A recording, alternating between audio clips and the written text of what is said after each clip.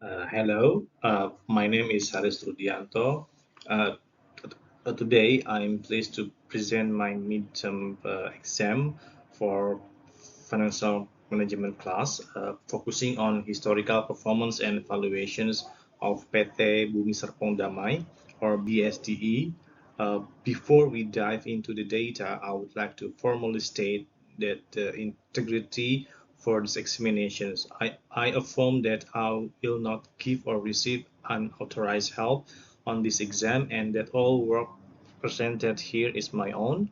And we will begin with the deep dive into the 5-year financial trajectory of BSDE, followed by valuation assessment and fixed income investment comparisons.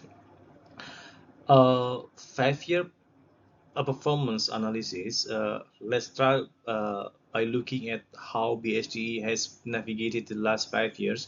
The company showed a remarkable resilience in its post-pandemic recovery. If you look at the numbers, revenue has grown from 6,181 billion low in 2020 to staggering 13,797 billion in 2024. This represents a compound annual growth rate of 22.2%. This growth is largely driven by successful property handover and continued demand for the flagship BSD township. Most notably, the net income for 2024 hit a record high of 4,918 billion, a massive 117.7% jump from the previous year. During the same period, return on equity or ROE improved from a negligible 0.94% to 10.67%. For a capital-intensive developer, crossing the 10% ROE threshold is a vital benchmark for healthy shareholder value creation.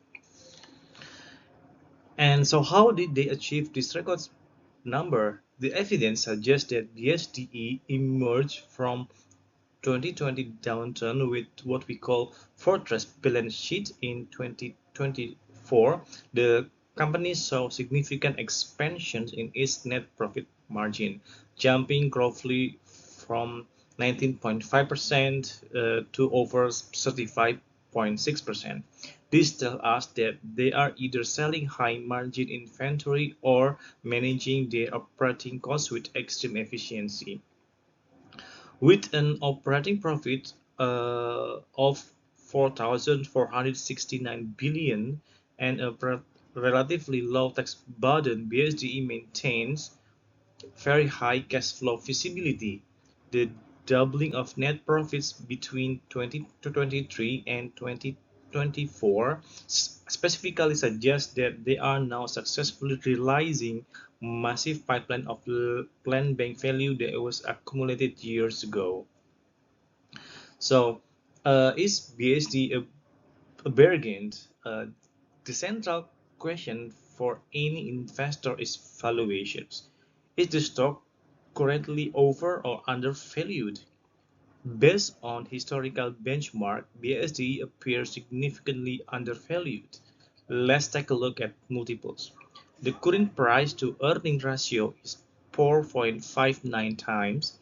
To put that in perspective, the 9-year historical average for this company is approximately 20.5 times. Even if we ignore the 2020 outlier, the PE usually fluctuates between 8 and 18 times. Buying at 4.59 means the market is only paying for about 4.5 years of current earnings, which is deep discount, of course. Similarly, the price to sales ratio is 1.45 times is near its historical floor, the baseline.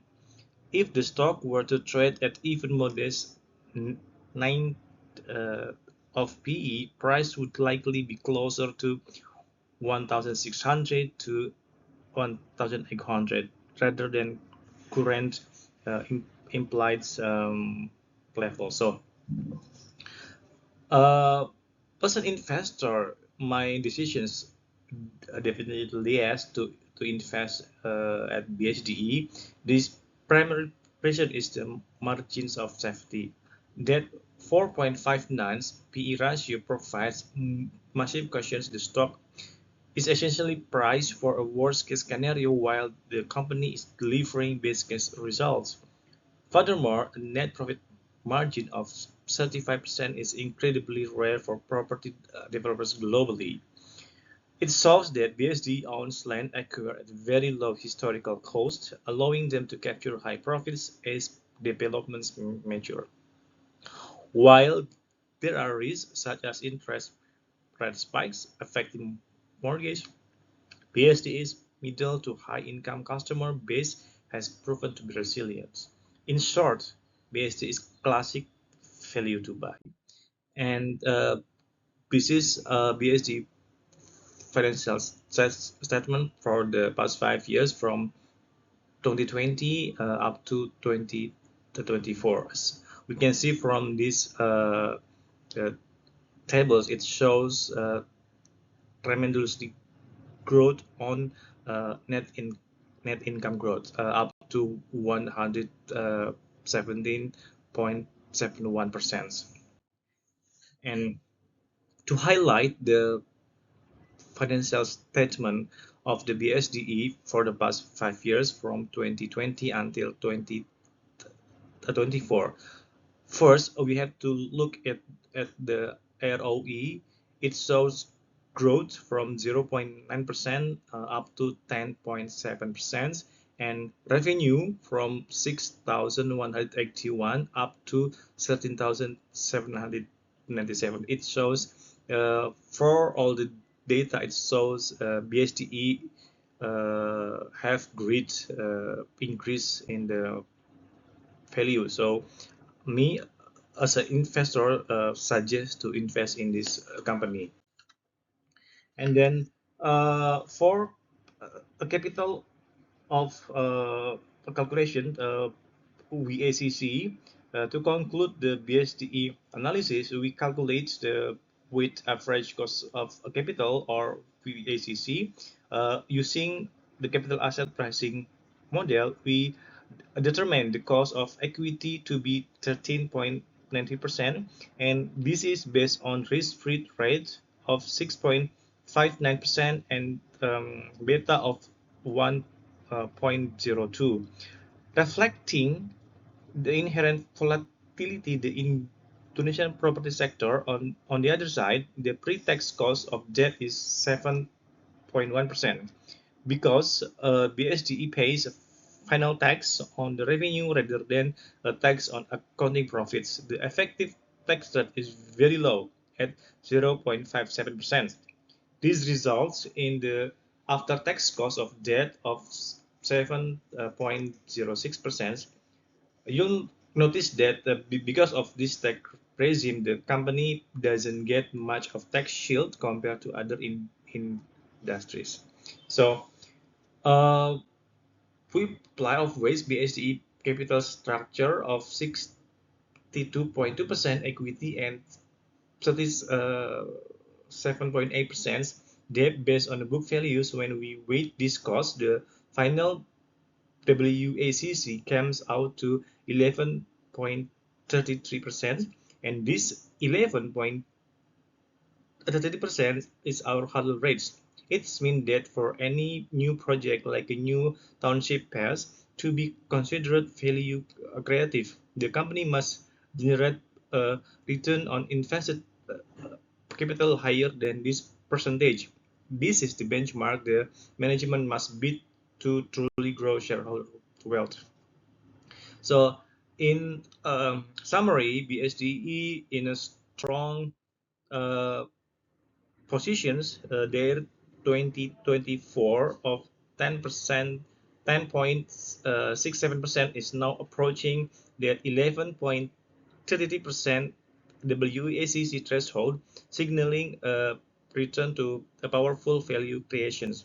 They are managing debt efficiently with a debt to equity ratio of 0.6 0.61 times, and they have successfully lowered their overall cost of capital through this balance. We have company with financials of growth leader, but the valuations of a bargain asset.